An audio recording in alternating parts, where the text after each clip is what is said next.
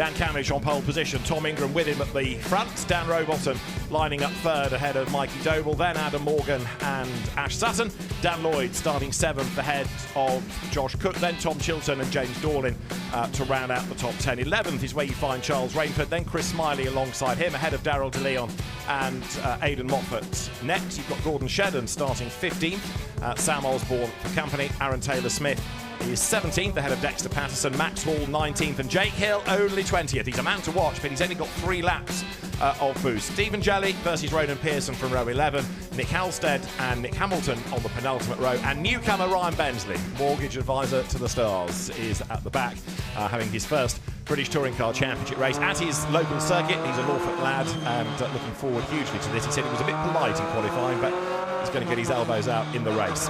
Right, Camish or Ingram for the win? It's fascinating, this front row. Yeah, I mean, the popular choice would be Camish because he's got more boost. He's got 7 laps of boost to Ingram's 2, which means that he's only got more boost on 5 laps. It's a 12-lap race. That means on 7 laps, as a process of elimination, I think the Hyundai is a quicker car when they're both not using the boost. So I think Ingram has a good chance. Let's not forget Ingram has not won a race yet, and whilst he likes to be pointsy, I think he fancies a win. Yeah, a winsy day is better than a pointsy day. Exactly. But this lap is a long lap. A lot can happen on it. And there are plenty of overtaking places. There really are. He may be keen to just get away at the start, see who's in the lead at the start, but then try and make a gap before he does anything. We'll have to see, but we also know Ingram likes to go hard from the off.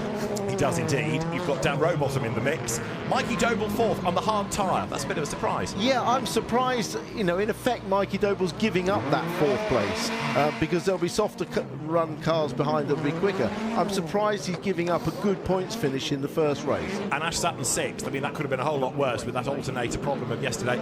You can't rule him out. Absolutely not, no. I mean, he has only, of course, got the 1 lap of boost to use, but he's been mighty fast round here. He'll be looking for a podium out of this first race. He will indeed. There is Jake Hill, who is also going to be a man to watch. Brands Hatch winner. I mean, how quickly things change at the BTCC. Brands Hatch, 3 races, 3 wins for BMW. Yesterday, a lot of head scratching from BMW. Yeah, but they keep saying they've got a good race car. We'll wait and see. Jake is reverse strategizing his weekend, isn't he, by going hard on the first one and then 2 races on soft. We'll see who has the most points at the end of the day. We will indeed. Round 7 of the Quick Fit British Touring Car Championship then. It's going to be fascinating. The grid is formed. It is Dan Camish starting on pole position then. 2nd pole position of the season. Tom Ingram is with him. And we are ready to go racing. It's 12 laps on the Snetterton 300. It is go! Good start by Camish, good start by Rowbottom as well. Not a great start by Josh Cook in comparison. And as they blast down towards Riches for the first time, a very good start made by Dan Camish to take the race lead. Ingram goes 2nd, and Ash Sutton's already up to 4th, and he might be 3rd, in fact, round the outside of Robo as they come off turn 1. Camish covers off the inside line up towards the Wilson hairpin. That's Ingram on the outside. The first real pinch point of the lap, and Ingram is not going to be able to make it stick. But look at Sutton, he's already up to 3rd, and he's on his toes for 2nd. Well, Sutton went round the outside at Riches. He carried the speed all the way down to the hairpin of Wilson and cut across the front of Rowbottom. Great stuff from Sutton. He's on a charge. Is he ever? Ingram is having to go defensive, and that might play into Dan Camish's hands. In 4th, it's Adam Morgan. Rowbottom is 5th. In 6th place is Dan Lloyd. Mikey Doble is hanging on to 7th. Whips the Toyotas, getting themselves together, and Jake Hill gets turned around. He was the innocent party in all of that. You had 2 Toyotas side by side. Jake Hill got tagged, and the reigning champions weekend goes from bad to worse. 3 for the lead. It's Camish up front. Camish, Ingram under intense pressure from Sutton. His first, he does like to get off to a quick start, but wow, is he flying. Don't forget, they're all on the same tyre. There's no tyre advantage there at all. No, Mikey Doble on the harder tyre, starting to drop back in the pack. The softer tyre is the faster, but it doesn't last as long. So if you are on the soft, it's quick, but you've got to manage it. Ingram on the attack.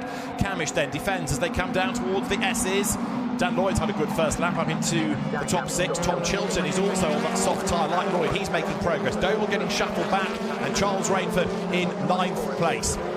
Yeah, a little move by Chilton there just to put Doble down another place as they came in. Here we see a replay. Look at the two Toyotas behind. They're fighting each other. They're so busy looking at each other that they tag the back of Jake Hill's car and force him into a spin.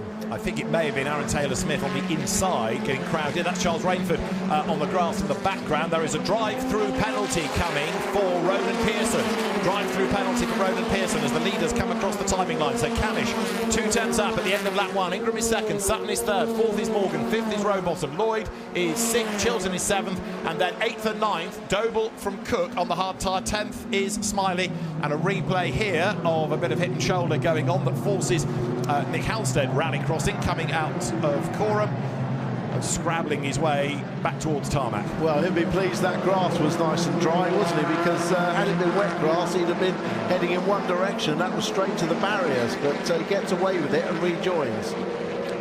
So here are the 3 race leaders. Adam Morgan in 4th, keeping Rowbottom at bay, former teammates, but Sutton on the back of Ingram. How often have we said that in the history of the championship? Camish then leading the way, but not getting away. Not getting away, but also trying to make sure he looks after the soft tyres. Remember, they do need to make these tyres last.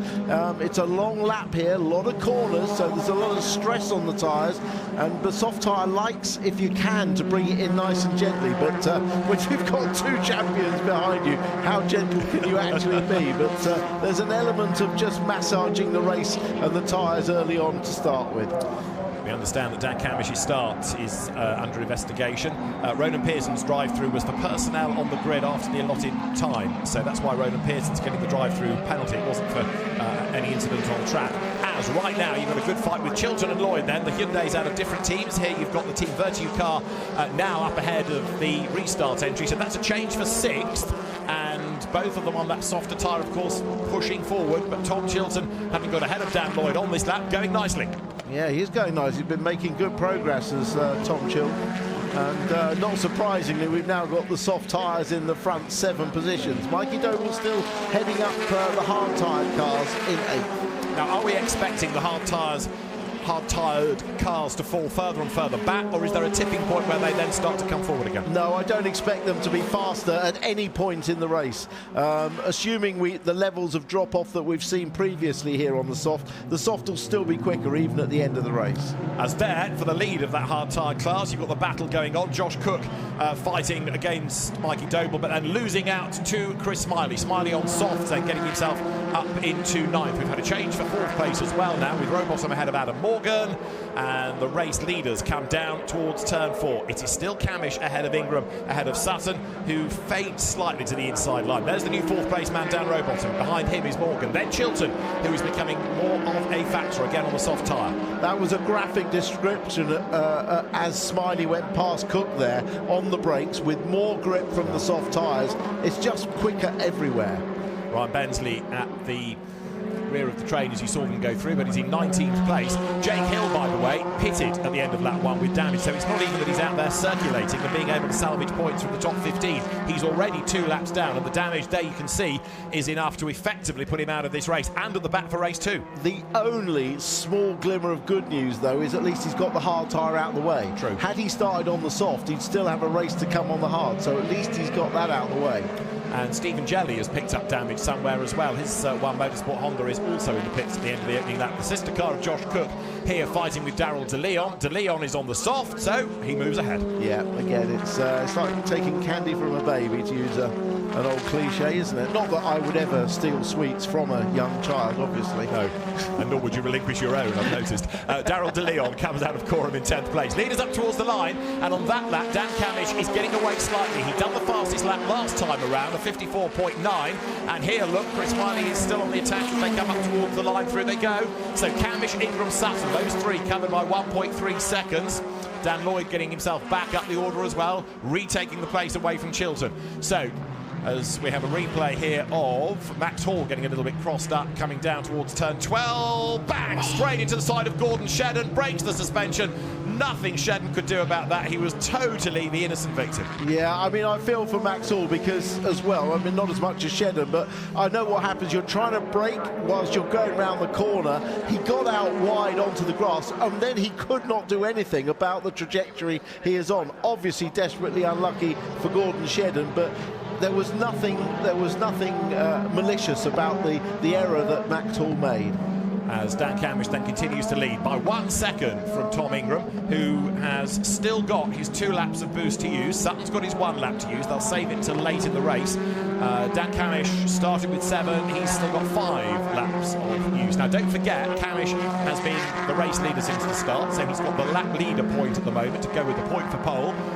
He's got the fastest lap, there's a point for that if he survives with it, and he's the race leader. And there is the very, very frustrated, to say the least, Gordon Shedden out of the car and out of the race. And he's another big name that's going to be at the back of the grid for race 2. Yeah, it's going to be interesting to watch that. But I think Camish, knowing he's got a bit more boost, has used a couple of laps of boost to try and give himself a gap and to give himself that fastest lap with the point that goes with it early on when the tyres are nice and fresh. Now he'll have to manage it and then use the boost to defend later in the race. Going through, Mikey Doble still at the head of the battle, if you like, for those on the harder tyre. Now Sutton on the back of Ingram. That gap is coming down again as we look at the cars now pouring their way out of turn 12 up towards the timing line. Camish 0.8 of a second up the road over Ingram. Sutton third, Rowbottom, Morgan and Dan Lloyd round out the top 6. Tom Chilton is 7th, Mikey Doble 8th, and it's Chris Smiley and Daryl De Leon in 10th place. We heard on the green flag lap from Charles Rainford. He is in 12th spot at the moment. That puts him 3rd in the hard tyre class. Yeah, looking out the back of Dan Camish's car, that gap looks bigger on the camera than I can assure you it looks in his rear view mirror. Camish has not had a touring car win at Snetterton, leads at the moment. And it's going to be a very interesting grid for race 2, isn't it? What with the likes of Shedden and Hill and Jelly towards the very back. Dan Camish then leads the way. Sutton sitting on the tail of Ingram. He's not really yet been darting about in the mirrors looking to make that move. That'll come late in the race when he wants to make sure he's got the boost available to do it.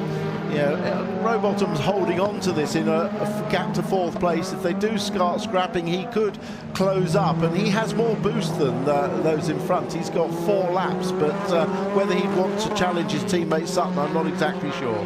Dan Lloyd, incidentally, who you are looking at there, just going through shot in the back day, he's leading the independent class at the moment for Restart Racing, ahead of Mikey Doble, and then Chris Smiley running in 3rd spot. So because Smiley's on the soft, you could be looking at a restart 1-2 in the class. There is Ryan Bensley, new to the championship, 17th after all the dramas that have gone on the opening few laps. He might yet get into the points on his debut because 15th is where you need to be, and he's 17th, and there's still plenty more drama that could shake out of this race. Dan Camish, though, who always seems to get the bad luck, leads at the moment, but it's not a massive margin over Ingram. No, but this is about controlling the race, isn't it? Just looking back now, that's Rowbottom going through.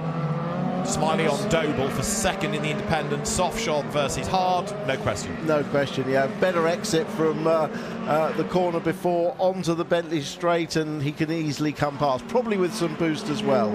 Indeed so. Those Hyundais then looking very rapid. A team that's really taken a massive stride forward this year with Peter Jones in charge. Daryl De Leon goes through, Josh Cook goes through, Charles Rainford goes through, Aidan Moffat, who always races better than he qualifies now, he's up into 13th place. We've had a change for 14th as well. Sam Osborne and Aaron Taylor-Smith now both ahead of James Dorling.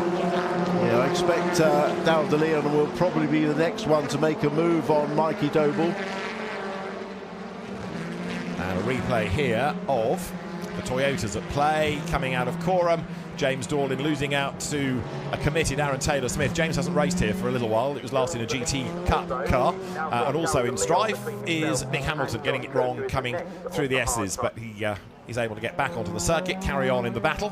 James Dorling was really pleased with how the car had gone yesterday, 10th on the grid, but the harder tyre is really what sent him backwards. Yeah, absolutely, but that hard tyre race is still being held up well. Mikey Doble's still leading that. Now Jake Hill has just left the pit lane. He's 4 laps down, so you might think, well, what's he got to achieve? Well, he could get a point for fastest lap if he really does try, but really they want to make sure the car is right for race 2. This is a test session now. Yeah, he won't get a point on the hard tyres though. No. Even he's just checking the car is okay. That's what they're doing. But yeah, at least they've got the car repaired and he can check it out before they start race 2, which is where he'll really be meaning business on the soft tyre. That'll be a charge to watch, won't it? So how many laps he does to make sure the car is all well, we'll wait and see. But they've sent him out for the damage assessment as the leaders come out of turn 12 on this lap number 6, heading up towards the timing line. Dan Rowbottom not catching, he's fending off Adam Morgan, and Sam Osborne now being given a driving standards flag for track limit abuses. Yeah, Rowbottom falling into the clutches of Adam Morgan and Dan Lloyd. Now here's De Leon coming up to have a go at Mikey Doble. Soft tyre against hard tyre. I think Mikey Doble's driven a fantastic race. He's let the faster cars through without losing too much time or having contact, but he's still at the front of all of those on the hard tyre. Don't forget the first 3 in race 2 who finish in first 3 will have to start on the hard tyre in race 2. So it's going to be interesting to see, isn't it, late race, whether Ash Sutton wants to be third for points or fourth for a better tyre. Replay here of Dan Lloyd getting up the inside of Adam Morgan. Dan Lloyd is absolutely flying. He was second quickest in FP2 yesterday. A bit disappointed with qualifying, but he's going great guns here. Yeah, in actual fact, you say he was disappointed. He actually said he was really pleased that the car felt great in qualifying, and he was looking forward to today, and he's backing up that promise. Yeah. As he was saying also that he felt there was a bit more time in the car, but, you know, race day, different day and all that. So he is going well. Of course, it's helped by being on the quicker tyre, but even so, he's not finished yet, is he? Dan Lloyd has gone away from Morgan pretty rapidly, and he's setting off in pursuit of Rowbottom now on lap 7 of 12.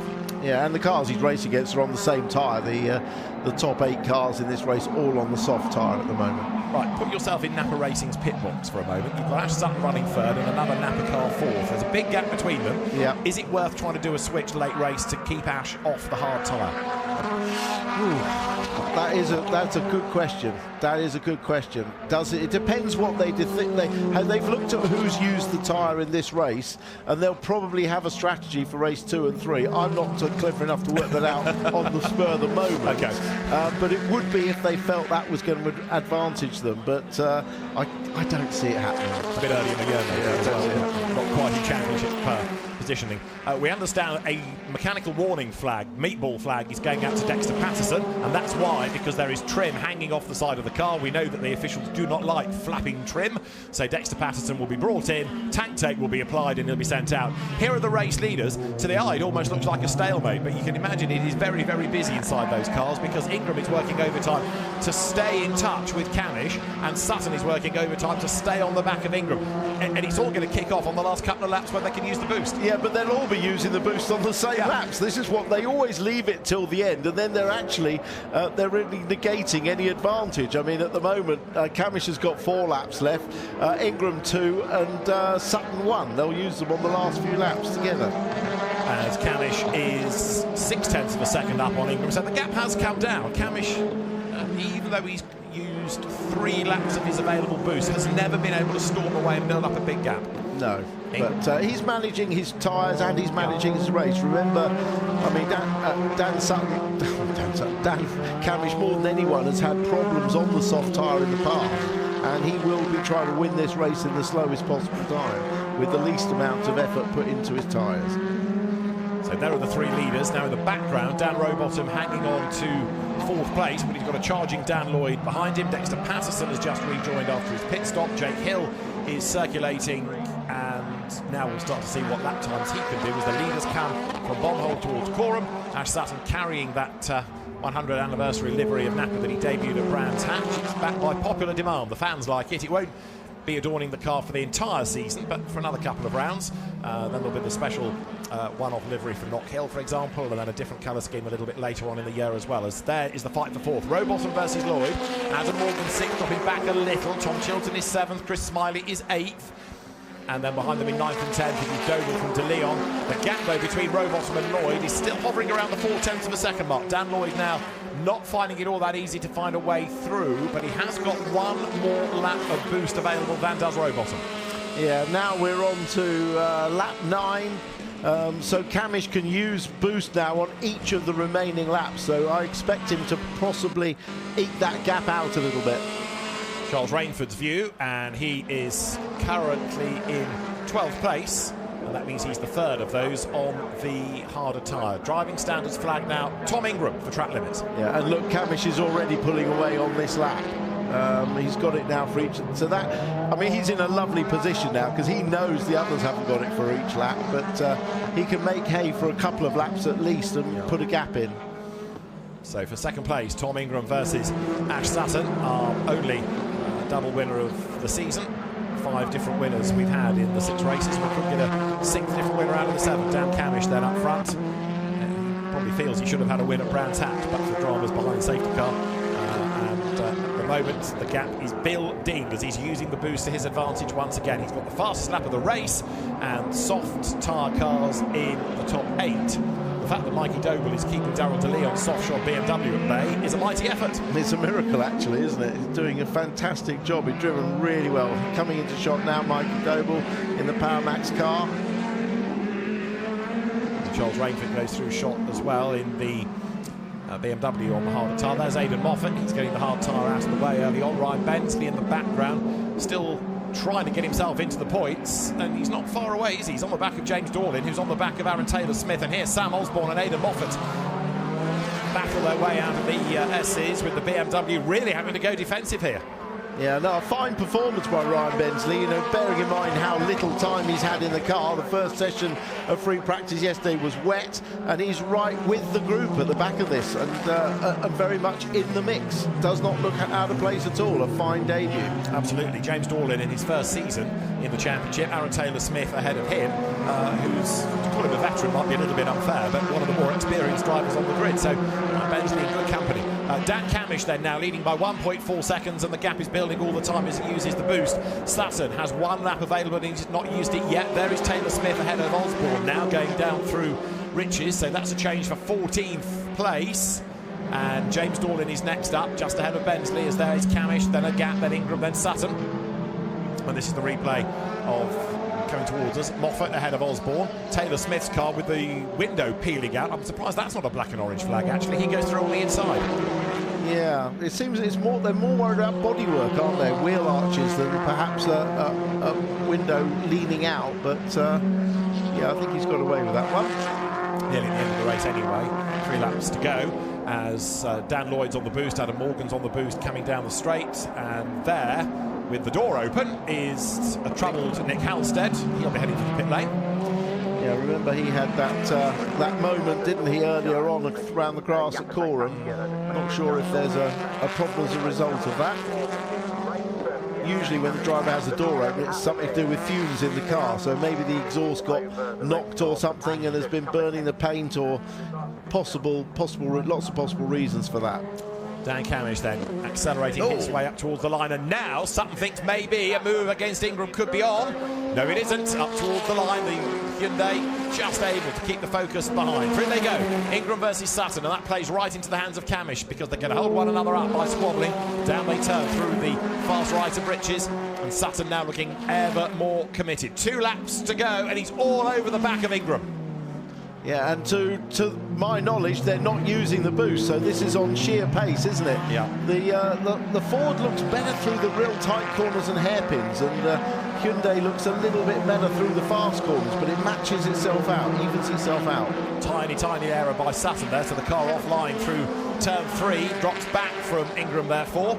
Ash Sutton set to make his GT racing debut next week at Monza in the GT World Challenge Europe Endurance Cup in a BMW M4. That's going to be fascinating to see how he gets on in a totally different environment with lots of aero, rear-wheel drive, 2 co-drivers over the course of a 3-hour race. Now, Aaron Taylor-Smith in replay getting it wrong, diving into Riches, so that gives Sam Osborne the chance to get up the inside and retake the place, and James Dorlin likewise. And Ryan Bensley says, wait for me, and he can't go through. Yeah, but he'll have enjoyed watching this, won't he? Yeah, that's for sure. Yeah, Sutton, just that little mistake just dropped him off the back, didn't it, of Ingram. And indeed, he's got 1 more lap to go at the end of this, and you can of course work out with only 1 lap available, and it's the last lap on which Ash Sutton is going to use it, but he wants to try and make sure he gets points. Down they come then through the S's then, the left and the right, accelerating on now toward on hold. Dan Camish getting away all the time. The gap is up to 2.2 seconds. There'll be one lap to go at the end of this.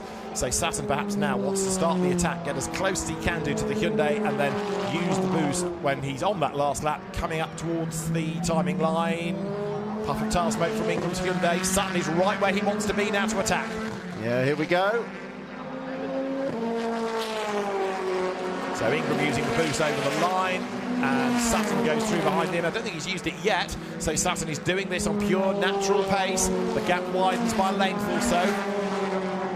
Well, I mean, Sutton must use it on this lap. It's the only lap he's got to use it, isn't it? I haven't seen our graphic flash up, but I have seen Ingram's flash up, so he's definitely using it. So where on the lap does Sutton choose to use it? He wants to be closer, perhaps try and make it for the pass. We're on the last lap, though. Dan Camish leads the way as through goes Sutton out of turn 3, then along that short straight down towards Agostini. Dan Camish looking for a 14th win in the British Touring Car Championship. Sutton again thinks about the inside, throws it up the inside. Is there going to be contact? There is. I'm coming through, says Ash Sutton. No, you're not, says Tom Ingram, who gets forced out a little bit wide, but the Hyundai hangs on to the position. But that was Sutton's only really serious move he's made of the race. It didn't quite pay off, but he's not done yet. Yeah, I'm not sure if Sutton just backed out of that because it was a little bit forceful, and he may have been asked to give the position back, but it was certainly he was having a go, wasn't he? Was he ever? And Tom Ingram may not have expected that, but Ash Sutton knew that was the place he wanted to try. It could have been his only option, really, because he's now got the S's, and then Coram, turn 12. It's difficult to overtake at Coram, but let's see what Sutton can do. He's up against another master of touring car racing in Tom Ingram. Down they come, left and right through the S's. Sutton is on the attack once again, almost unnoticed. Remember, Dan Camish is heading for the race win up the road. Sutton thinks about the inside, going into bomb hole, but again, there's just not quite enough width for a Ford. But boy, Sutton is not giving up, is he, on this, the last lap of the race for second place. Never mind banking points, Sutton is attack, attack, attack all the time. Dan Camish comes towards turn 12, then the run up towards the line. Checkered flag awaits, but who is going to be second? Dan Camish will win round 7 of the Quick Fit British Touring Car Championship. Camish wins at Snetterton. Second up to the line, it is going to be Tom Ingram, just ahead of Ash Sutton after a brilliant last lap battle between them. Dan Rowbottom is going to be 4th, Dan Lloyd is 5th, the winning independent. 6th, Adam Morgan. 7th, Tom Chilton. For 8th place, Chris Smiley. Mikey Doble will be 9th, and 10th should be Darryl de Leon.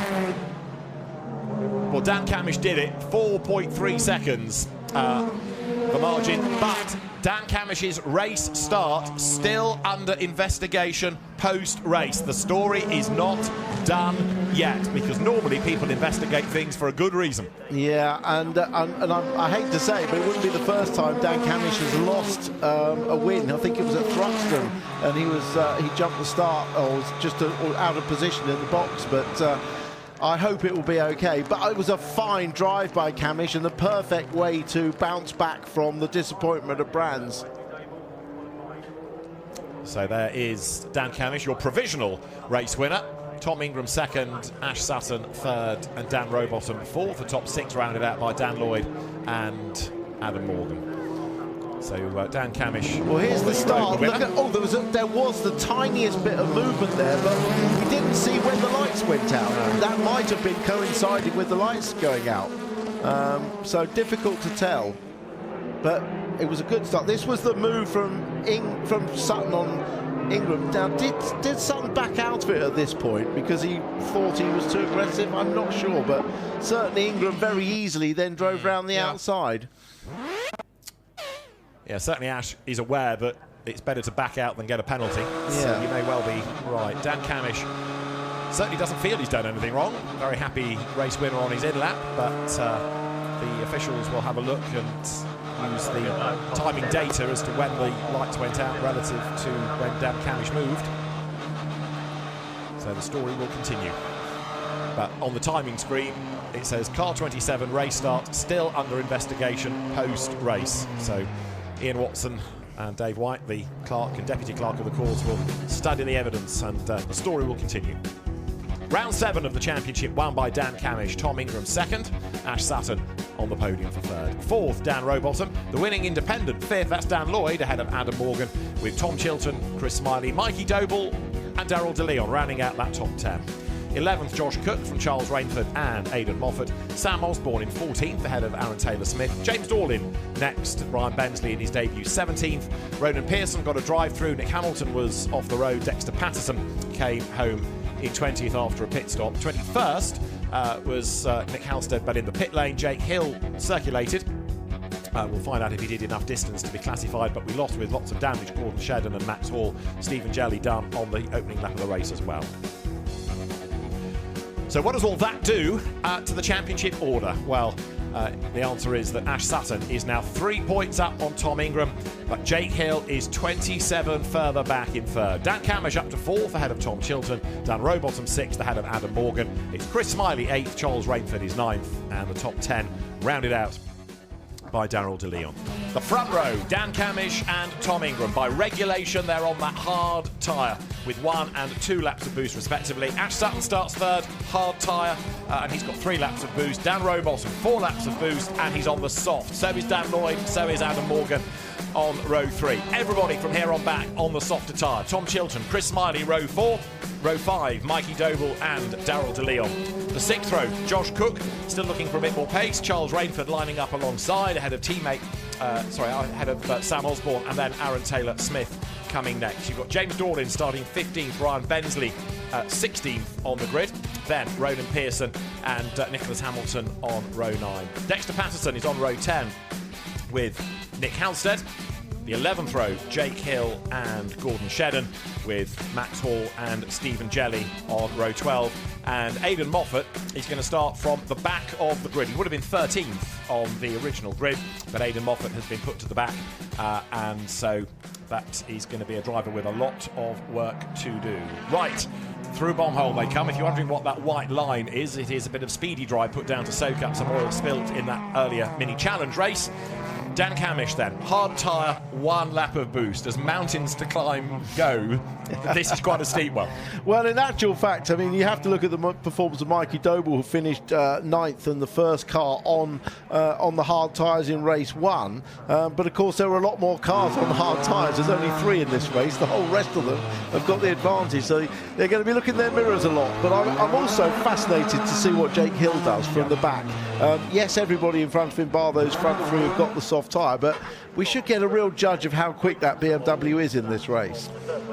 Another fascination is going to be how long can those at the front hang on. It might even be that they get jumped off the line, but if Camish or Ingram or Sutton can hang on to a place, for how many laps? Well, the thing is, they know it would be pointless them trying to win this race. I mean, I say that, but it would really be pretty pointless. You need to get the best result you can without risking being punted off. We saw the advantage on the brakes and on traction of the soft tyre in race 1, so they've just got to stay out of trouble and finish as far up as they can. But trying to win the race could be the wrong move for them. Camish being very careful with his grid positioning here, and certainly won't want to move before those lights change.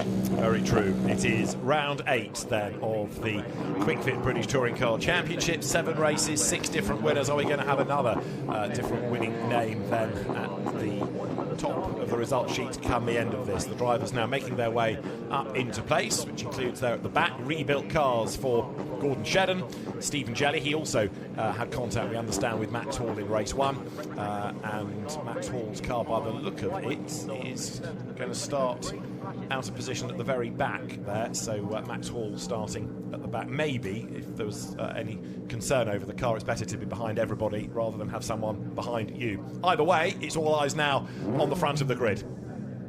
Green flag at the back, that means everybody has returned from the formation lap. Round 8 of the Quick Fit British Touring Car Championship. 12 laps ahead of us, lights quickly out, away they blast, and a good getaway by Sutton. Good start by Lloyd, got a mega getaway by Adam Morgan, but on the run down towards Riches for the first time, it's Dan Camish. Here comes Sutton, look up the inside of Ingram to try to go second, and Dan Lloyd's ahead of Rowbottom on the inside with a good start by Tom Chilton, getting up into 6th place, and Chilton's another on the soft, don't forget, as the leaders crowd one another, but Sutton has hit the front already from 3rd on the grid. Tremendous first couple of corners. Ash Sutton leads out of the hairpin, and there's the rolling roadblock of 3 cars on the hard tyre. Well, as in race 1, Sutton made a demon start round the first 2 corners. In fact, the first 3 cars on the hard tyre made the best starts of anyone, but look, the others are already piling into the back of them. Here comes row Rowbottom flashing his lights and everybody get out the way. We're in a different race to you. He's all up the inside of Camish. Look.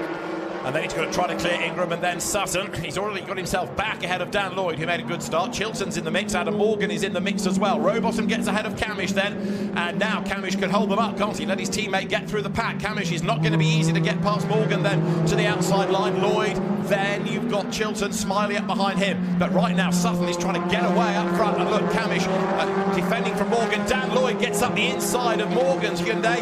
And that's going to put him ahead on the run down Bentley Straight. Great racing. Yeah, Lloyd will probably get both of them because he should be later on the brakes here as well than Camish. That was great awareness by Dan Lloyd. He read that situation perfectly, and yes, he's managed to close the door as Camish loses another couple of places to Morgan and Chilton. Get shuffled offline, so that opens the door for Smiley, who's coming, look, on the inside toward the bomb hole, but that's where all the speedy dry is. A little bit less traction there. Rest of the field files through. So Sutton it is, leading the way from Ingram. Bit of leading going on there, look, as Chris Smiley gets up the inside of Dan Camish, who is dropping like a stone, having been shuffled offline. That kind of opens the floodgates. Everybody comes pouring past him.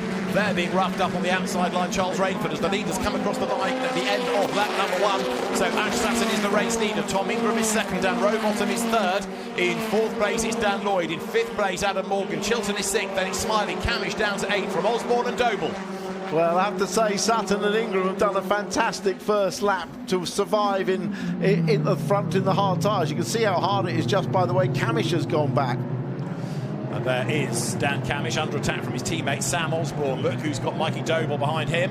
Then Josh Cook is next in the queue as the leaders come down towards turn 3 for the second time of asking. And there, Camish on the inside line. Osborne switches sides, gets up the inside on the corner exit, and will have the right line for Agostini. But also, look, Mikey Doble's very, very rapid. Vauxhall Astra tries to follow the Ford through. There's Josh Cook on his toes as well. He finds a gap on the inside, and there's not much Dan Camish can do there to defend.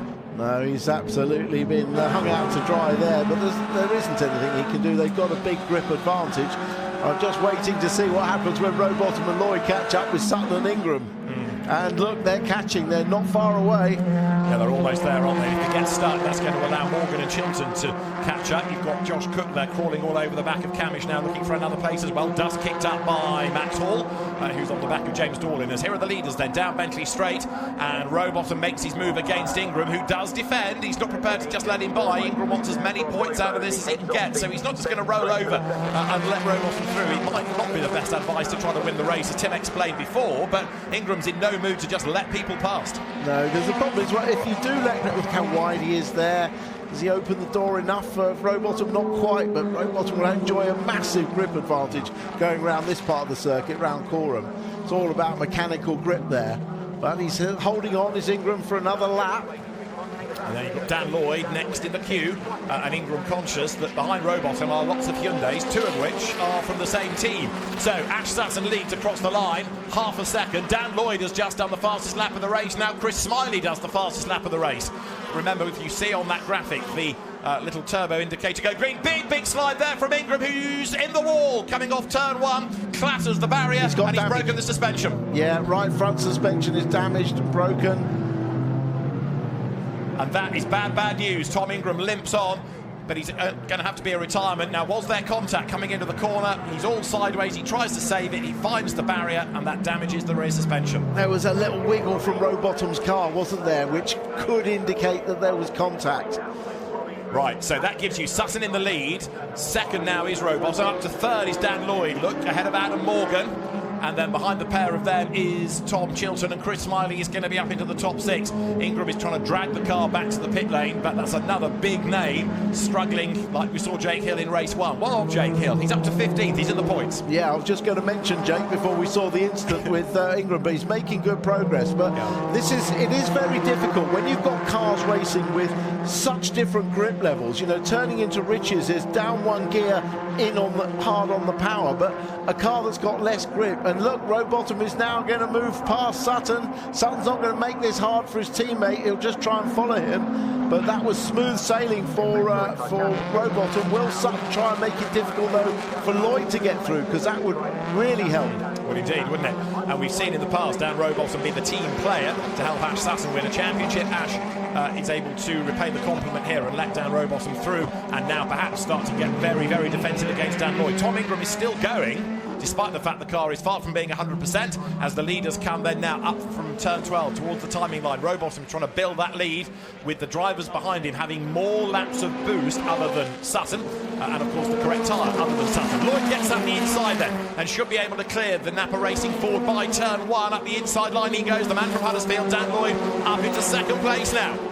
The other thing is that Tony Carosa, Ash Sutton's engineer, would have been on the phone to him on the radio telling him about Ingram's problems, which will make him even more circumspect, and that's why Ash is not fighting so hard now, because he knows he's outscoring Ingram, and that's all it's about, outscoring your rivals. And Ingram is in the pit lane, not surprisingly, presumably race done, as there, look, Chris Smiley now gets at the inside of Ash Sutton. Ingram to the pit lane.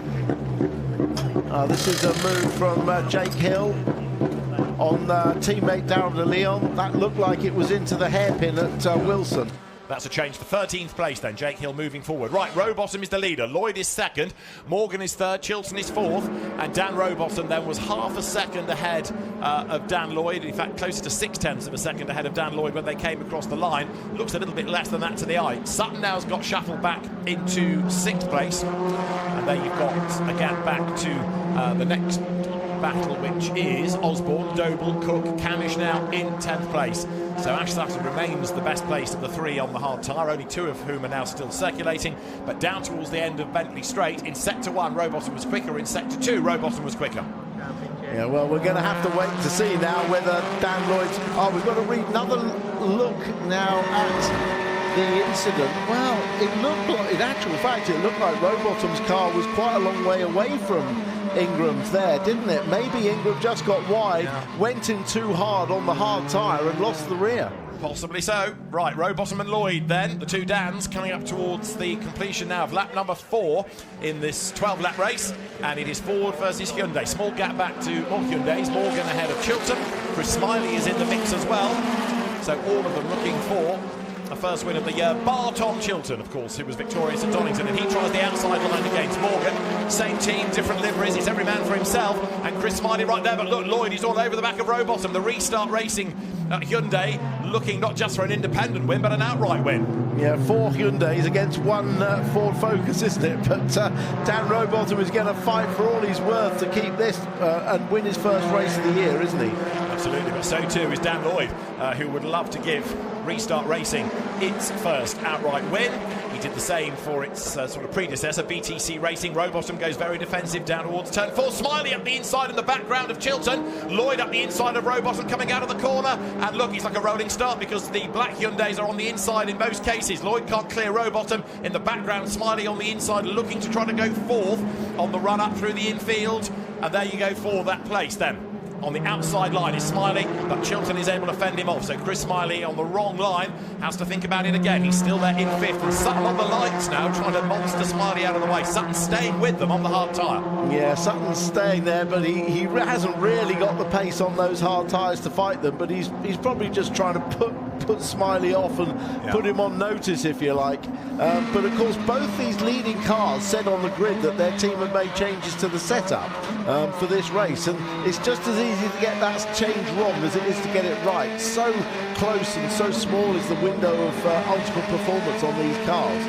Very true, as you ride on board then with Chris Smiley. That was Tom Chilton ahead, going a little bit wide, coming out of Barhole. Through Coram Curve, Dan Lloyd with this elasticated gap that stretched and closed over the course of the lap was closed again, coming through turn 12. But Adam Morgan, I would suggest, is looking closer. Chris Smiley has still got the fastest lap of the race to his credit as he comes up now towards the timing line. Jake Hill in the background, look, he's in the next queue of cars. Rowbottom to Lloyd, 0.397 of a second this time around. Well, they were both on the boost on the last lap, and in terms of laps available to them, Rowbottom has 2 laps, Lloyd has 3, but Morgan has 5. Yeah. So Morgan definitely has more advantage boost-wise. Yeah, Morgan's only used 1 of his allocated laps, therefore. Lloyd is trying to get Rowbottom out of the way and get the race lead, but Dan Rowbottom is defending. He's not pulling away, but he is putting the car in the right place to defend all the while from the Hyundai. Behind is Adam Morgan. In 4th place, it's Tom Chilton. 5th is Smiley. Then a bit of a gap back to Ash Sutton, still 6th, ahead of Mikey Doble up into 7th. 8th is Sam Osborne. 9th is Josh Cook. And 10th is Aaron Taylor-Smith. Yeah, big fight going on behind, isn't there? Look, Ash Sutton, you see he's dropped away. That pace he had, he's dropped away from the others. That flashing of his lights at Smiley hasn't done any good at all. He's fallen into the clutches of Mikey Doble now. As indeed, as the leaders come on to Bentley Straight. And again, because of the length of the lap, some parts of it you think the gaps have come down, other parts of the circuit you see them stretch up again. Josh Cook on the tail of Sam Osborne, 8th and 9th they are. Dan Lloyd in the wheel tracks of Dan Rowbottom, heading in towards the S's again. This lap number 6, Morgan still 3rd. Now, important to say, at some point, Dan Rowbottom is going to have to do a lap without the boost when Dan Lloyd has got the boost, because he's got one less. That'll be the test lap to see whether he can stay in front. Well, indeed, getting a replay. Mikey Doble getting all caught up, coming down to the S's, and spears across the grass. Who was he battling with? It was Sam Osborne at the start of the lap. So I think the Vauxhall and the Ford got themselves together, and after a big scare, Mikey Doble rejoins after a colossal Code Brown moment at the end of Bentley Straight. Well, he rejoined, and he's actually still in front. Look, he rejoined just in front of Sam Osborne, who in all of that Josh Cook got past, but in fact they're actually as they were. So Mikey Doble having a big moment, and they're the race leaders coming up towards Wilson. Dan Camish, incidentally, who led from the start off the grid, 16th now. So Ash Sutton doing a good job hanging on in there in the top 6, but we saw Dan Camish get shuffled back in the pack early on in the race. There are the race leaders. They were split by 0.368 of a second going onto this lap, and Adam Morgan, I would offer you, is looking a little bit nearer this time around, which is bad news for Dan Lloyd. He wants to concentrate on attacking, not defending. He is, but of course, although they're both in Hyundais, they're in different teams, so they're racing for themselves, and there'll be no love lost in terms of trying to gain that position. Morgan has the most amount of boost available to him. Hill, as we haven't mentioned, he's up to 12th. Chipping his way up the order, that's Stephen Jelly as well, up from the back of the grid, taking Dexter Patterson with him, getting past Max Hall, both of whom have had a run-in with Max this season. Stephen Jelly earlier today, Dexter Patterson at Brands Hatch. But the race leaders currently on lap number 7 out of the 12, and Dan Rowbottom has now got 2 more laps of boost that he can use. Dan Lloyd has got 3 more laps of boost that he can use.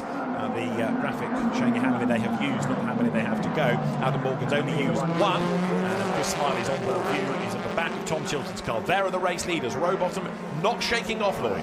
No, same sort of positions. That was a really impressive save from Mikey Doble as he went across the grass there, and he also managed to stay on the pace very quickly, cleaned his tyres up very quickly and stayed on pace. He's a remarkable driver, isn't he, Mikey Doble? I think he really does punch above his weight.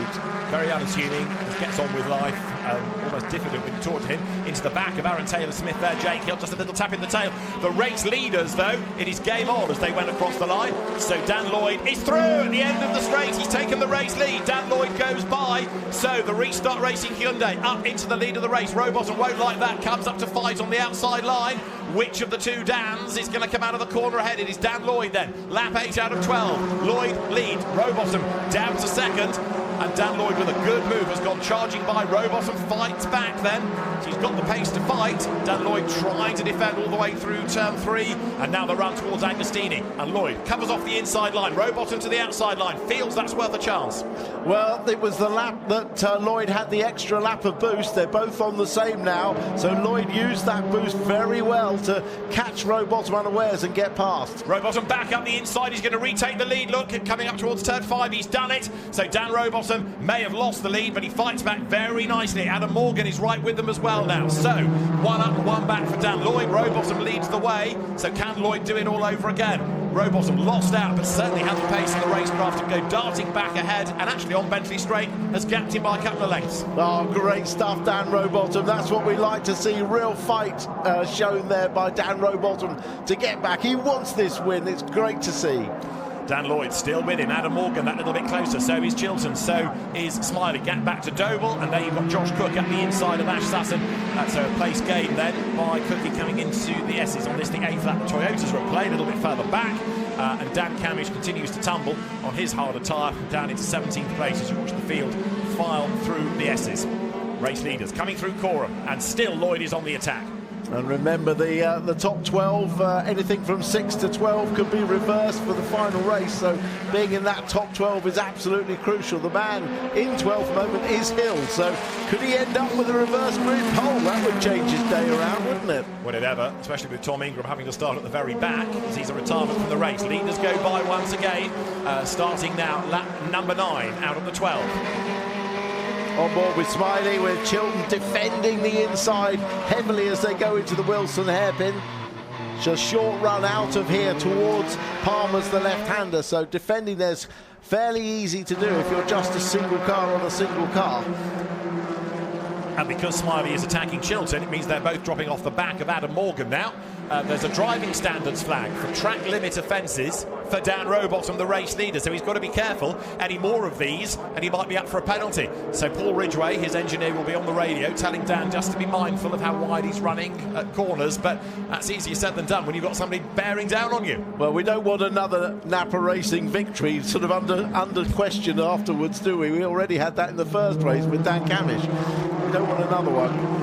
So Rowbottom a little bit further ahead, coming towards Bentley Straight over Dan Lloyd. But if you're in a big battle, it's even harder to be an inch perfect to the track limits. You can see the top 3 then have just edged away a bit from this Chilton-Smiley fight. Right, really important to note, both the front 2, Rowbottom and Lloyd, only have 1 lap of boost each. The man on the charge is that man Morgan, who's managed to shake off the intentions of Chilton, and Morgan has 4 laps of boost left, so he can go to the end of the race using boost every lap. That's a huge advantage, but he needs to get past Lloyd's quickly if he's to mount a charge on Rowbottom, who is getting away, because now that Lloyd is going defensive, that's the get out of jail free card for Rowbottom, isn't it? So the Napa Racing UK Cataclean Ford comes then up towards the timing line, touch of the curb there, look from Morgan, but now he can be on the boost again potentially. Yes, it goes green, so does Chilton behind him, so does Smiley on that graphic. That means they're using the power. Here comes Morgan up the inside, and he should be able to get past Dan Lloyd by the end of the straight, and he's cleared the black Hyundai. So Morgan goes through, and he's looking very strong indeed. Rowbottom leads, but can he get to the end ahead? Yeah, that was very good use of the Toka Turbo boost there. Morgan saved it up, used it up the long uphill section out of Murray's, the final corner, and he's used it perfectly. If he can use it for the next few laps, which he's got it for, and get behind Rowbottom, another pass could be just as easy. So with just under 3 laps to go, the leading quintet comes now down towards Agostini, the left-hander at turn 4. The gap between Rowbottom and Morgan at the start of the lap was 0.8 of a second. More driving standards flags are being flustered. One is to Jake Hill, and another one also now is to newcomer Ryan Bensley, who in his second ever BTCC race is in 18th place. There is the pack streaming down towards Agostini. 1 or 2 looking offline to see what might be ahead of them, like Dexter Patterson, as there are the race leaders. So at the end of sector 1, Rowbottom was quicker than Morgan, but only fractionally. Yeah, Morgan back on the boost down the back straight. He'll be gaining all the time he's using that. This race a great demonstration of how effective that is. Charles Rainford's view then now coming on to Bentley Straights. Ahead of Rainford is Ash Sutton, so another place may well be lost by the champ of seasons past before long, because Sutton is certainly being caught by the flying BMW. Right, Morgan hasn't necessarily capitalised on this lap. He's chipped away a little bit more. As I say, the gap was 0.869 of a second, and then it was first to third when they came across the line. We'll see what it is at the end of the lap, as down they drop towards turn 12 once again. Rowbottom trying to hang on in there. And there are other battles to be resolved lower down the order as well. There, look, Sutton versus Rainford, and Jake Hill charging along behind them. Yeah, Hill in 11th place. Possibility of another place or 2 for him if it all works out for the end of this race. Morgan is close. He used the boost again up that long start straight. That gap is down a little bit, I think. Visually, it looks down. Rowbottom has still got 1 lap left, keeping it in reserve, but Morgan can throw a bit more at this. We have got 2 laps to go. Morgan has got still a bonus lap, if you like. He's got 1 more lap boost over Rowbottom, who is soaking up all of this pressure. He may have lost the lead for about 4 corners against Dan Lloyd, but he has been able to defend really well. Other than that, he's not put a wheel out of line, but Morgan is closing all the while as they drop now down to turn 4. Well, Morgan's got to do it on this lap because Rowbottom has saved his until the last lap. He'll have it to defend. So I suggest Morgan has probably got the back straight, the Bentley straight. If he's got enough of his 15 seconds of boost left, that's the place to use it. So let's see then as they turn now through turn 6 onto 7 onto the Bentley straight. Behind them it's still Lloyd and Chilton and Smiley. Morgan doesn't look close enough to attack, doesn't yet, but let's see as they come now onto the straight. Rowbottom uses the boost, Morgan uses the boost. So Dan Rowbottom interestingly doing it now. Morgan is still using the boost to get a little bit closer as they come now down to the S's once again, but he's not near enough to attack. No, but it does mean then that Rowbottom won't have it for the last lap.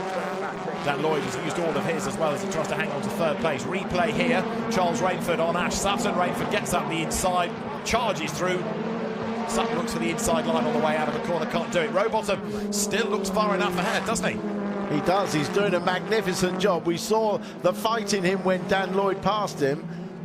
And have we had a change? We have for third place. Tom Chilton up into third ahead of Dan Lloyd, who's trying to fight back. So Lloyd, who briefly led, has now been shuffled back in the queue and he's got no more boost, nor has Rowbottom. So Morgan, half a second back. It's now or never, Adam. Last lap of the race, he's got boost on this lap. Rowbottom has none. Yeah, well, that's a difference to the policy. Most of the drivers use it on the very last lap to defend, but Rowbottom's rolled the dice and used it on the penultimate lap. Maybe great thinking, but look, he's going to have to defend as if his life depends on it from Morgan on this lap, with Morgan using the boost. Half a second was the gap at the start of the lap, and Adam Morgan is just not quite close enough, is he? Chilton is there, third. It's still Lloyd fourth, it's Smiley fifth, and as they come towards turn 4, Adam Morgan is running out of corners, running out of options. That Napa Ford has never been able to build anything of a gap, but Dan Rowbottom has been able to fight back into the race lead and defend superbly to make sure that there is no way by for Adam Morgan. And again, we've almost done half the lap, because when you come onto Bentley Straight, you'll have done about 2.5 kilometres of a lap that is not quite 5 kilometres in terms of length. In other words, half of the last lap is now done. And I mean, Dan Rowbottom, not surprisingly, is absolutely toying with the limits of track limits. He's all over the road trying to stay in front. Here comes Morgan. Has he got enough? No, he hasn't. Maybe he has enough for the run up to the line, though. Maybe, and he's going to have to stay really close to the Ford all the way through these last few corners, but he still looks to be about 2 lengths too far back, and Adam will be as frustrated as anybody because he's just not quite near enough. They sweep through Bombhole. Chilton there, still ahead of the Lloyd Smiley twins for restarts. Another 1-2 in the independence competition for them as the field then comes out of corner for the last time, but Rowbottom looks like he has done enough. The gap is still there between him and Morgan. 1 corner to go. Now up that slight climb towards the timing line. It is going to be in round 8 of the Quick Fit British Touring Car Championship. A win for Dan Rowbottom, the third of his career. Rowbottom wins. Morgan is second. Third, Tom Chilton, and then fourth and fifth across the line together. Dan Lloyd just ahead of Chris Smiley, who got the best lap of the race. Mikey Doble takes sixth. And that must have been the hardest race of Dan Rowbottom's life, because for all of the 12 laps he was under fire. Well, he drove absolutely brilliantly. He showed tremendous fight, got to the front, lost the lead to Lloyd, but retook it and managed his boost and defensive driving perfectly to the end. And we've just had Patterson and Hall, the two teammates, side by side at the flag, and Patterson was ahead of Hall by 7 thousandths of a second. The lead gap, 0.355. So Adam Morgan so close, but Dan Rowbottom just had the ultimate edge. Yeah, just the edge, but a fine race between the two of them. Former teammates in the days of Sicily Motorsport and a Mercedes A-Class, and a great reception for Dan Rowbottom and for Adam Morgan. Look at the teams hanging out the wires to cheer them both home, but that win has been a long time coming. It's been a pretty tough last couple of seasons for Dan Rowbottom. Dave Kelly in the black cap, his long-time #1 mechanic, joining in the celebrations, and he'll feel that as much as Dan Rowbottom himself. Well, there's been a lot of success already for Napa Racing this weekend, with minis as well as touring cars. But here's the result of round 8. Dan Rowbottom takes a race win, the third of his career, ahead of Adam Morgan and Tom Chilton. And then the leading independents. Dan Lloyd wins for the second time today, ahead of Chris Smiley and Mikey Doble. And then Josh Cook 7th. Sam Osborne 8th, ahead of Charles Rainford. and Ash Sutton rounded out the top 10 on the hard tyre, remember. 11th, Jake Hill from near the back of the grid from Aaron Taylor-Smith, then Ronan Pearson and James Dorlin. Daryl De Leon took the last point ahead of Aidan Moffat. Gordon Shedden with a rebuilt car 17th ahead of Stephen Jelly, then Ryan Bensley, and also on the hard tyre Dan Camish in 20th. 21st, Dexter Patterson. Max Hall came next ahead of Nick Hamilton and Nick Halstead. Only one retirement, and a very significant one. Tom Ingram with the damage done after it got all sideways and he clanged the Armco coming out of the right-hand breeches. So take that into consideration, and as far as the championship is concerned, Ash Sutton leads 10 points ahead of Tom Ingram. Jake Hill's third. Dan Rowbottom, though, charges up to third equal with Jake Hill. Tom Chilton is tied on points with Adam Morgan. Dan Camish only 3 ahead of Chris Smiley. And then it's Charles Rainford and Josh Cook. 8 races in. This is shaping up nicely. Let's have a look at the grid then, based on that result of race 2 and the reverse grid draw. Mikey Doble on pole position. Chris Smiley should be alongside, but we'll start from the pits if he starts at all. Dan Lloyd then third, but he's on the hard tyre. Tom Chilton is on the soft. Remember, he won race 3 at Donington. Adam Morgan and Dan Rowbottom then, both on the harder tyre, are on the third row. You've got Josh Cook next with Sam Osborne for company. Next up, Charles Rainford. Ash Sutton is alongside him. 1 and 2 wins they have. Jake Hill on row 6, race winner this year. Then Aaron Taylor-Smith ahead of Ronan Pearson and James Dorlin. Daryl De Leon, a race winner as well, starts 15th, and 16th is Aidan Moffat. Stephen Jelly and newcomer Ryan Bensley on the 9th row ahead of Dan Camish, now a race winner this year. Dexter Patterson alongside him. Then you've got Max Hall, who's been in the walls a bit, with Nicholas Hamilton alongside him. Nick Halstead comes next. He's on the hard tyre like Nicholas Hamilton. Tom Ingram then, really one to watch on the softs and with maximum boost available. Gordon Shedden likewise at the rear of the grid, and that's a very sorry sight. Chris Smiley's car still in its garage rather than on the pit apron, and the fact that there are people with their heads under the bonnet, that there are people with arms in the cockpit, in the back of the car, and Chris shaking his head, I'm starting to think that that is not going out. The Swindon Powertrain team trying to get the car fired up, but it's not for doing it. No, it doesn't look good, does it? What a shame. What a shame. And the Hyundais have been so good today, so quick, all of them, whether it's the Team Virtu cars or the Restart Racing ones, all been very quick. There's a quick reminder of who's got what boost then. So 6 laps for Mikey Doble, 5 should they be relevant for Chris Smiley, 4 for Dan Lloyd, 3 for Tom Chilton, 2 for Adam Morgan, 1 for Dan Rowbottom and 7 for Josh Cook. Everybody else 8, and that's the maximum available in this 12-lap race, our final race of the day. And the soft tyre, as we know, is the faster. Most people have saved it to the end of the day. We know that race 3 is always lively. Hold on to your hats, because this promises to be even better than normal. It is, because you've got a jumbled up grid, you've got a jumbled up soft and hard compound tyres mixed up within the grid. You've got the 3 top championship guys all starting with a full allocation of 8 laps of boost and soft tyres. This is going to be a good hold on to your hats for sure race. And of course, Mikey Doble sitting on pole position, and this time on a pole position he's done just the one warming up lap. The Silverstone double haunts him still when he did a second warming up lap and he didn't need to, but he's never had a race win. He came close, remember, at Alton Park last year. He lost the lead to Jake Hill at Hislop chicane, which was what, 1, 2, 3, 4 corners from home on the last lap. He desperately wants a race win, and this could be it. This could be a really good chance. If there's some kerfuffle behind him, he's definitely got the pace to get this job done. No question about it. We're almost good to go then. The last car slotting into place is that of Gordon Shedden. The medical car, Abby Eaton at the wheel of it, slots in behind there. The green flag is shown at the back. That's the indication that the lights will now be turned to red. Drivers look towards them.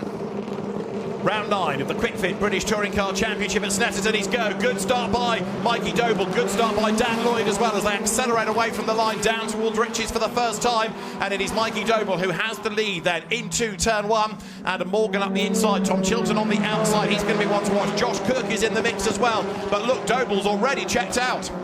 Oh, there's a bit of kerfuffle at the back, but everyone stays on. But great start by Mikey Doble.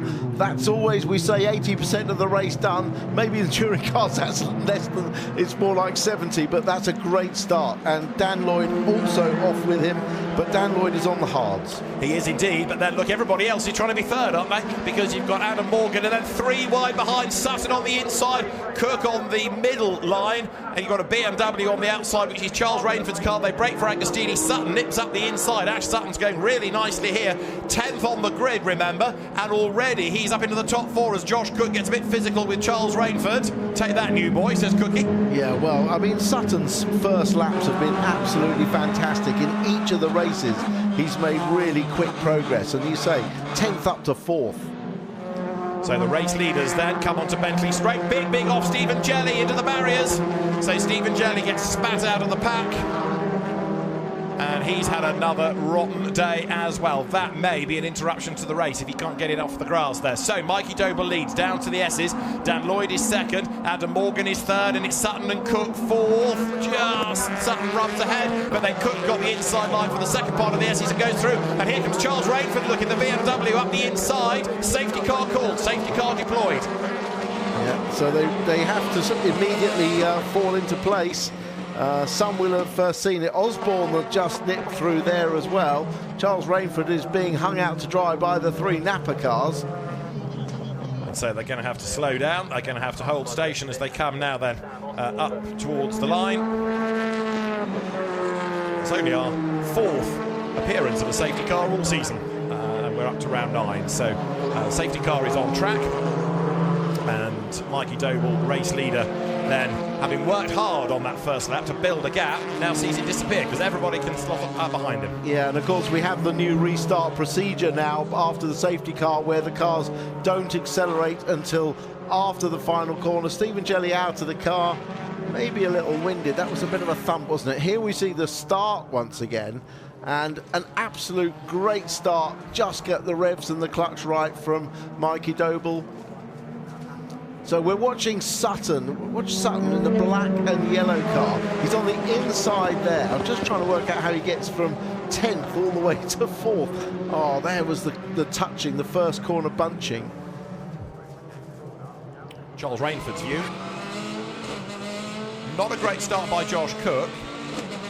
That makes it all a bit crowded going up to the first corner. Rowbottom is on the outside ahead of us. Look, Rainford into the back of Cook. Cook gets a little bit sideways. Yeah, but holds it. That's okay. That's not. That's just first corner bunching. But now this is where it gets a bit naughty down the inside. Oh, and into the back of Morgan as well. That was a bit aggressive, wasn't it? He may get called up to the bus for that one. This is on board with Nicholas Hamilton from further back. He's got Max Hall just in front of him. It was a good launch, but wow, comes steaming through is Ingram. Where did he get that launch from? Well, Ingram was up to 13th at the end of the first lap from 25th on the grid. How about that? Wow, that was incredible. That was like he was in a rear-wheel drive car of a few years ago. He shot forward, didn't he?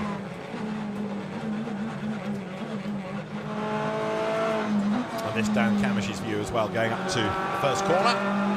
See the BMWs ahead.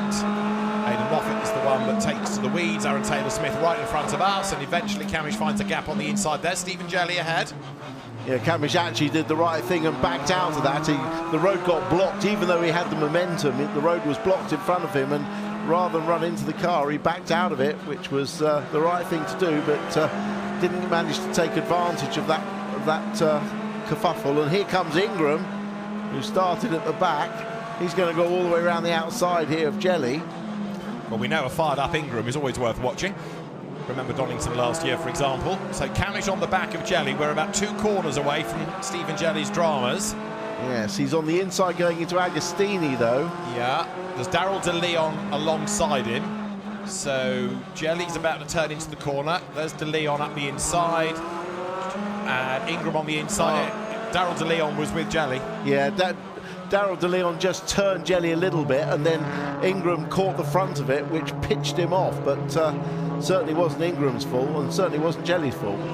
We understand that Chris Smiley's travails now a high-pressure fuel pump. So he is effectively out of the race. And Charles Rainford, then we've got into the top 6. That's Chris Smiley.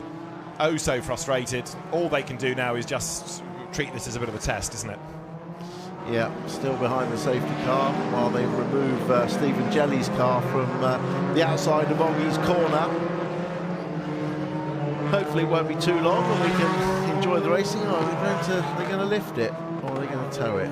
I think they're going to lift it, so we'll be a little while yet behind the safety car.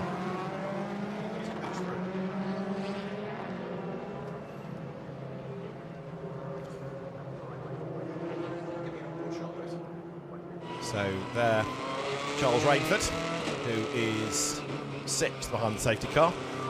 Let's see if we can drop in and have a word with Charles while he's busy warming up the tyres. Charles, commentary box calling here. Hello again.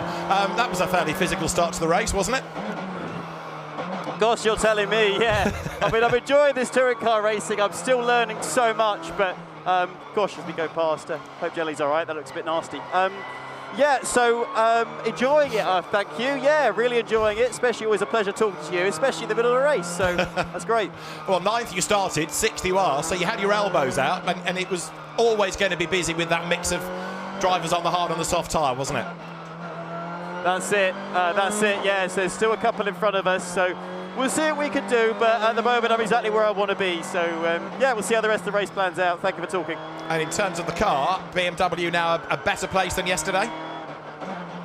Yeah, the boys have worked so hard to get us on the pace, so the car feels really good just on that opening lap, so yeah, we'll see what we can do. Excellent. Charles, we'll leave you to it. Thanks for talking to us. Cheers, thank you very much.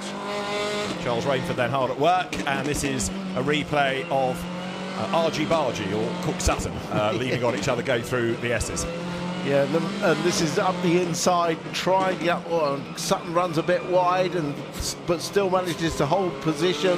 Through comes Osborne. I think this was when the safety car was out as well, so they have to sort out their positions. Considering Charles Rainford has come from historic racing and Carrera Cup, where you have to be oh so precise and careful with the car. He's no mug, is he? He knows exactly how to get stuck in. You wouldn't drive like that in a Porsche Carrera Cup race, would you? For sure. You'd be losing your radiators left, right and centre, but he shows absolutely no fear of getting stuck in, does he? Now this is Dan Camish's view as he comes across the line. He's up into 14th place. And Chris Smiley is on his way down the pit lane, but he's, of course, now 3 laps down. Yeah, this is just a test now, isn't it? Just a test. Make sure the car is no other problems or issues, and get a few laps in. But as I say, going out on hard tyres, cold, and 3 or 4 laps behind, it's a bit of a pointless exercise. A lot of damage to Stephen Jelly's car. You saw a wheel off as well in the recovery operation there. Yeah, wheel hanging off with, or completely off with the drive shaft still attached to it. Front wheel drive, obviously, these cars. But marshals have lifted it. It couldn't obviously be towed with a wheel off, so they've done the right thing there. Stephen Jelly back in touring cars after a year in Carrera Cup GB last season, and he must be thinking, what have I done to deserve this? Because there's either bad luck or no luck. Yeah, exactly. But that's, as so often is said, when you're in that sort of mid-pack, so often on the first or second lap, the bunching can spit you out because everyone's pushing, everyone's shoving. Tom Ingram, well, there's a little bit of a witness mark on the left front corner to prove that he was coming through. I think he got slightly tangled up, didn't he, in the Jelly de Leon contretemps. But Tom Ingram started 24th and he's currently 13th. Yeah, great. He had a great first lap, fantastic first lap. We loved to watch the onboard of that throughout. But yeah, that damage, hopefully that damage won't affect the performance. That was, as you say, when Jelly got turned across the front of him and then he hit Jelly when he was trying to go to the inside. But hopefully it won't affect the performance, because it's lovely to watch an Ingram or a Sutton on one of these charges, isn't it? And of course for Tom Ingram, with everybody now for the restart bunched up, he's able to strike and gain more ground on the restart. Yeah, good point. And with the new restart rules, it means they are much closer together. The lead car can't drop back once the safety car lights are out and pick his moment to go, and by doing so stretch the pack out. They have to literally follow each other less than 2 car lengths apart until they're out of this last corner and reach the restart zone. So they all start off very equal. More weaving to keep the warmth and the pressures in those Goodyear tyres as they come across the line. There's Jake Hill's blue laser beamer, the laser tools with MB Motorsport BMW, the reigning champion. He's currently 9th, race order. It is up front Mikey Doble from Dan Lloyd, Adam Morgan 3rd, 4th is Josh Cook, 5th Ash Sutton, and 6th Charles Rainford. It's Dan Rowbottom 7th ahead of Sam Osborne, then Jake Hill, you're looking at him. Ronan Pearson's in the top 10. James Dorlin is next, then it's Tom Chilton who has fallen back on the hard tyre. You've got Tom Ingram running 13th, Dan Camish and Aaron Taylor-Smith are the others on for a point at the moment. Well, we still have Dan Lloyd and Adam Morgan on the hard tyres in second and third, so we've still got plenty of exciting racing to come to see how they manage to defend and how long they can stay there. So I think the opportunity for Mikey Doble to stretch that lead very early on after the safety car is still there, while he's got two hard-tied cars behind him. Yeah, Tom Chilton on the hard tyre, so that's why he has dropped back from fourth on the grid. And turning his way now, Mikey Doble, race leader on lap number 5. Now remember that we can add on 3 laps for safety car deployment, so the race will be elongated, and that will be confirmed when we are back up and running. And Stephen Jelly's car you saw there being taken away, it's off the circuit then, so we're anticipating the other side of the S's, the lights can go out atop the safety car and we can go back to racing. They're out now. Good news. So Mikey Doble thinks, right, I want to crack on with this, want to build up the lead, and the good news for him is that the next 2 cars behind are potential roadblocks because they're on the slower, harder tyre. He needs to make hay here. He does, just what I said, and I'm sure he will know that as well. So safety car will peel in, then it's up to Mikey Doble to bring them round to get the race back underway. He wants to try and build the lead as quickly as possible while Josh Cook works his way through the traffic. In other words, gets past Dan Lloyd, gets past Adam Morgan on that harder tyre. And the next of those on the hard is Dan Rowbottom in 7th place. We're ready to go racing once more then. Mikey Doble ready to accelerate up towards the timing line. So for round 9 of the British Touring Car Championship, we are about to go green once more. Mikey Doble now accelerates. Dan Lloyd loses a length on him. Doble leads across the line. The one to watch though on the restart lap is going to be Josh Cook. This is a golden chance to get past the traffic on the harder tyre, and keep an eye on Tom Ingram as well. Sutton is on his toes on the attack as well. Jake Hill on the outside as they round Riches, but it's all going on behind Mikey Doble, who is trying to build that lead once more. Yeah, well, it looks like the first lap of a race, doesn't it? And Rainford got pushed out wide there. Hill goes through on his teammate. Does indeed. Charles Rainford on the outside, well and truly roughed up there. So the places he gained at the start, he loses. Sutton goes round the outside of Morgan. Look at Cook, he's already up to 3rd. Sutton's on the soft tyre as well. So Josh Cook accelerates with 7 laps of the boost, but Sutton has got more. So Cook on the attack, gets past Lloyd up to 2nd place. This is the highest we've seen on One Motorsport Honda this year, but Cookie goes wide and Lloyd fights back and retakes the place. Yeah, just what Mikey Doble wants, isn't it? This sort of scrapping behind him. I mean, Cook knew that he was on the softer tyre and Lloyd was on the hard, so he just sent it up the inside and hoped the car would stop. Unfortunately, he ran on a bit wide and allowed Lloyd to cut back underneath him.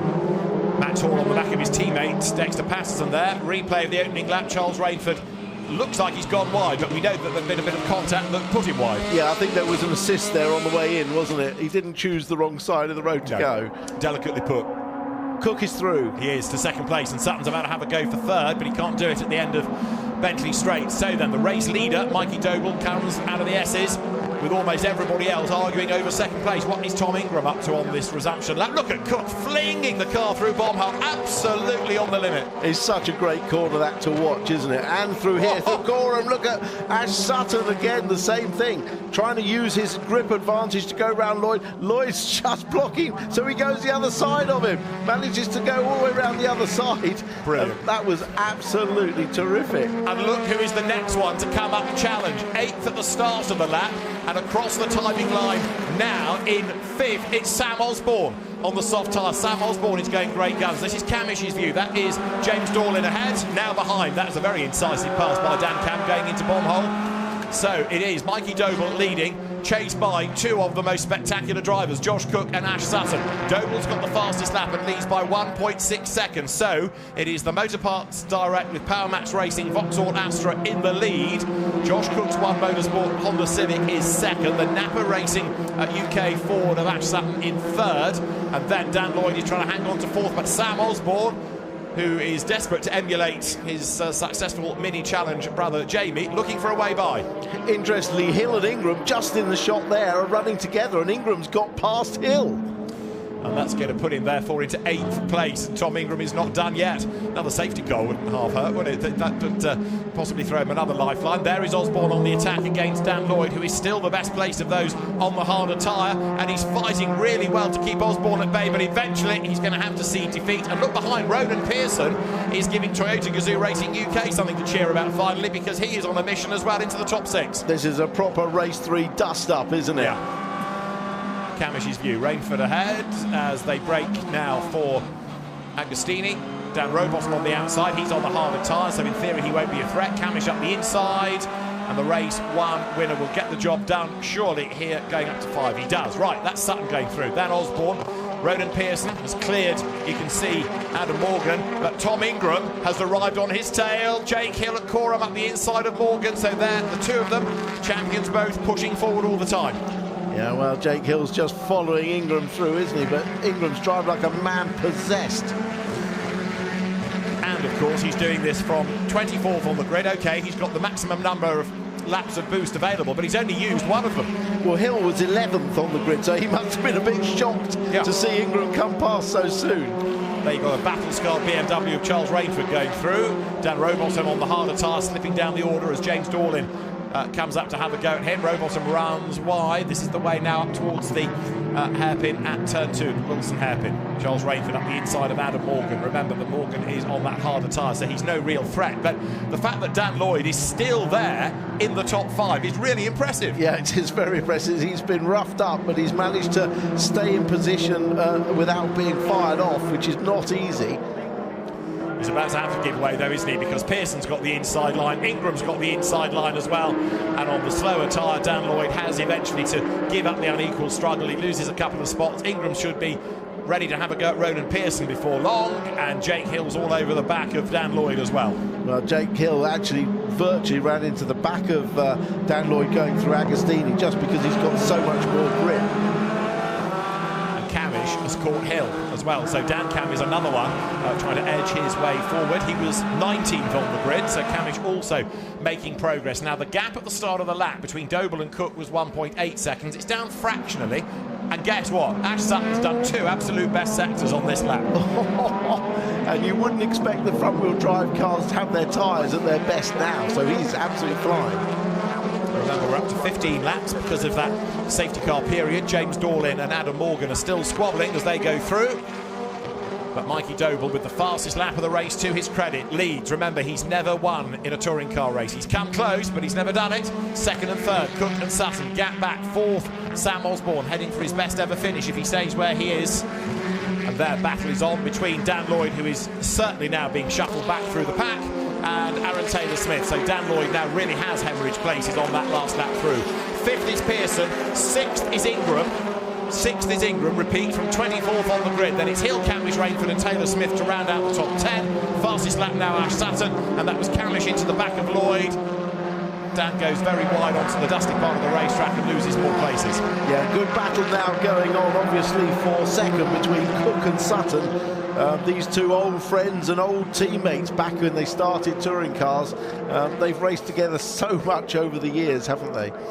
They have indeed, and Josh Cook has to watch Ash Sutton racking up the wins and the titles. Josh, undeniably quick, undeniably brave, but quite often in the wrong car at the wrong time. But we all know that he's a style driver, just waiting for that moment to recognise that. There you've got the fight lower down between Dan Lloyd and Dan Rowbottom. Of course, they squabbled in the earlier race, then it was for the race lead. Well, they can have a nice battle now, both on their hard tyres, can't they? Yes. They can have a little bit of pride in trying to beat each other on the hard tyres. Nicholas Hamilton in replay. This is coming out of Riches, and the car gets a little bit crossed up, and a big lose onto the grass. Nick Hamilton will be able to rejoin the race from there, but that's a fast part of the racetrack. Right, Sutton clears Cook. He's up into 2nd place. Ash Sutton's done the fastest lap of the race. Now he's into 2nd position. Sutton's got 7 laps of boost remaining. He's got more than the leader significantly. So now the gap was 2.2 seconds at the start of the lap. Doble to Sutton. Mikey Doble is on borrowed time. Well, you have to say that, don't you? Because if you've got a man who's like Sutton, who's set the fastest lap already and who's got more boost chasing you down, that gap of 1.7 is going to shrink very quickly. Yes, indeed. So Ash Sutton up into 2nd place. He was 2.2 seconds back when it was first to third. Now he's in second place and he's cleared Cook. Therefore, the margin that he's got to eradicate is already down to 1.6. So from 2.2 to 1.6 seconds between Doble and Sutton. And on that lap, another just under 6/10 pullback. Sutton's on a mission and he's got time on his side to do this. Yeah, and Ingram in 5th place as well. Absolutely superb, but 1.6 seconds behind Osborne. Can he get himself onto the podium, Tom Ingram? That would be a really impressive way to round out the day. There is Mikey Doble going through. I'm just going to give a shout out to Ryan Bensley, who's subbing for Michael Crease this weekend at his local track, the man from Norwich, the mortgage advisor and absolute lover of this sport, has been a backer of Michael Crease and others over the years, and it's an absolute joy to see him make his BTCC debut at his home track, and he's really held up his end very well. He's not been overshadowed by any means in this meeting. He comes from TCR racing, but the TCR cars are very different to BTCC cars. And it would be good to have him back. I know Michael Crease wants to see, but if Ryan Bensley going to carry on and do another couple of meetings and build on what he's learned this weekend, he'd only get better and better and faster and faster. Yeah, well, the other upshot is that Senna Proctor, who was earmarked for that car for the second half of the year, is obviously waiting in the wings and could be parachuted into that car a couple of races early if Creasy actually can't come back. But you're only allowed 2 changes of driver, so it's got to be one of Bensley, Crease or Senna Proctor that drives that car for the rest of the year. Dan Camish staring at the back of Jake Hill's BMW. 8th we are currently on board with Dan Camish. Up front, sector 1, Sutton quicker than Doble. Sector 2, Sutton quicker than Doble. Look at this gap. It was 1.6 seconds when they started the lap. At the end of it now, as they cross the stripe, the gap is 1 second. Sutton is on for a win here. Yeah, he is. He was some 0.6 of a second quicker on that last lap alone than Mikey Doble. So I think your on borrowed time is correct. But if Sutton doesn't get past Doble quickly, Cook will get a sniff of the back of Sutton's car again, and that will give him make the opportunity for Sutton to pass much harder. So it could be that for the second successive event, we have one team winning all 3 races. WSR did it at Brands Hatch. Napa Racing could do it here. Dan Camish, Dan Rowbottom, Ash Sutton, perhaps unexpectedly, but the way that Sutton is going now is looking as though it is when, not if, he catches Doble, and then we'll see just how wide Mikey can make that Vauxhall. Yeah, that's very true. I hadn't thought of that. Yeah, it could be a repeat, couldn't it, of one team taking all 3 races. So back on board with Dan Camish, and there's that lead gap in the first sector alone. 3/10 pull back by Ash Sutton. So Mikey Doble will be very, very conscious indeed of the gap coming down, and still bear in mind Ash has got more boost available to him. 5 laps to the 4 of Mikey Doble, and we've got 5 laps to go. So Sutton now can use boost all the way home. All the way home. But on the other hand, if Mikey Doble can stay in front for another lap, then they'll have parity, so he'll be able to use it to defend. And we talk about the amount of laps that the drivers have, but of course not only is there a sliding scale of laps, there's also that sliding scale of the speed at which you can deploy it. So the limited amount of boost you have comes in at a higher speed anyway, so you have to be going quicker before it can kick in, whereas somebody else with a few more laps can deploy it at a lower speed. There are all these extra things for the drivers to factor in, but right now the leaders are virtually nose to tail. 1 second is down to 1/10 in the space of a lap, and now Mikey Doble with 4 laps to go has kept 4 laps of boost. Sutton's got 4 laps of boost. They've got parity there, but look how much quicker Sutton is. He is all over Mikey Doble like a rash. Yeah, that last lap was Sutton's extra lap of boost, and he used it to close down. But as you say, they now have parity. Every lap they can use the boost to defend and attack. So the battle is really on now. If Mikey Doble can hang on for another 3.5 laps, he will have really earned this race win. But Ash Sutton is determined to find a way past. And bear in mind that Josh Cook is not falling away. He may have lost the place to Ash Sutton, but Cook is staying pretty much in the mix. He's not close enough to attack, but he might be able to if Sutton and Doble delay one another. And it might even be that the net result of this is a win for Sutton and second for Cook. Could well be. The other thing to remember is this is the longest lap we we visit all year. So with 15 seconds of boost, there's a lot of places you can use it on the lap, and one driver doesn't know when the other driver is using it, apart from what he can see physically on track. So if one driver is able to save up some boost for later in the lap and use it all in one go or in a couple of goes, he can catch the other driver unawares. This is Camish up behind Hill, and that looked like very much like a boost pass, didn't it? And that was for 7th place. Dan Camish, the race 1 winner, goes through. So Ash Sutton is our only double winner of the year. He could be a triple winner the way that he's going. Not to try to suggest Mikey Doble's not up to the job of winning this race, but Sutton's pace is just outstanding, and he's got himself onto the tail of Doble. Now he's planning the move as we get a replay of down at the S's side by side. Camish getting up the inside of Ronan Pearson. That all got a bit ugly. Well, having got past Jake Hill, he then clattered into Ronan Pearson and gave that position back to Hill. So that was a little bit messy. Race leaders start lap 13 of 15. Mikey Doble's Vauxhall has got to grow in width here to keep Sutton at bay. A typical race 3 dust-up means there's debris all over the road, look, heading towards turn 2. Mikey Doble leads, but Ash Sutton tries to tighten the line. He's not able to attack coming off the corner. The Vauxhall then still leads the way, but Sutton is bearing down on him. Yeah. Just trying to sieve myself when each driver's using his boost. They're both on it now for a small amount of time, but you need to try and use it in the places where you're most likely to be attacked, or you think potentially you could use it in a place where the other driver might not expect you to use it. You could use it here through Agostini and jump on the inside into Woggies. Sutton could barely be closer, could he? So he's working out where that Vauxhall is strong, where the Ford is stronger, and then where he might be able to use the boost and pounce. Here they come towards Bentley Straight again. Mikey Doble just hanging on to the lead. Having said that Josh Cook wasn't falling away, it now looks like he is, perversely. Yeah, well, Josh Cook, he's got boost as well, but not using it. All 3 of them on the boost at the moment, down the back straight. And this is Jake Hill getting sideways, and Dan Camish having another nibble at him as they go up towards Wilson. Camish on the inside, breaks late, gets up the inside and tries to retake 7th place. Ronan Pearson hanging on to 6th. This is the race lead. It is still Mikey Doble ahead. So much of the lap happens before the Bentley Straight. In terms of the length of the lap, you've done over half of it as you get onto the Bentley Straight. Yeah. And then, of course, you've got a fast straight, an S's, and then this long loop all the way back round to the end of the lap. So once you've got the S's done, you're kind of almost home for the lap, and Mikey Doble then can tick off lap 13. That means he's only, in quotes, got 2 more laps he's got to defend. He came so close to a win at Alton Park last year. Is he going to be denied at the last here at Snetterton this year? Well, he's managed to hold off Sutton now for 3 laps when they've had the same amount of boost. So he's found where he's vulnerable. He's just got to keep doing what he's doing. Defends nicely, coming up to Wilson. Oh, Sutton goes up. deep into the corner. That's going to squander 1, 2, 3 lengths maybe.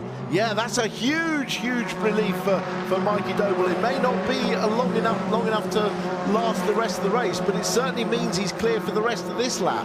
Takes the pressure off a little bit, means he can drive his lines, not the defensive lines as well, and that'll help go quicker. Josh Cook still there in 3rd place. In the background, 4th is Sam Osborne, who's got Tom Ingram behind him. Ingram then for 4th place, lining up to have a go. Sam Osborne covers off the inside line. Ingram goes deep into the corner, wants the switchback coming off it, and perfectly done. There's the gap. Has he got the drive off the corner to get the line for the next left? The answer is, of course. Through he goes. Tom Ingram is up in a 4th place. Great battling. Wow, what a drive from Ingram.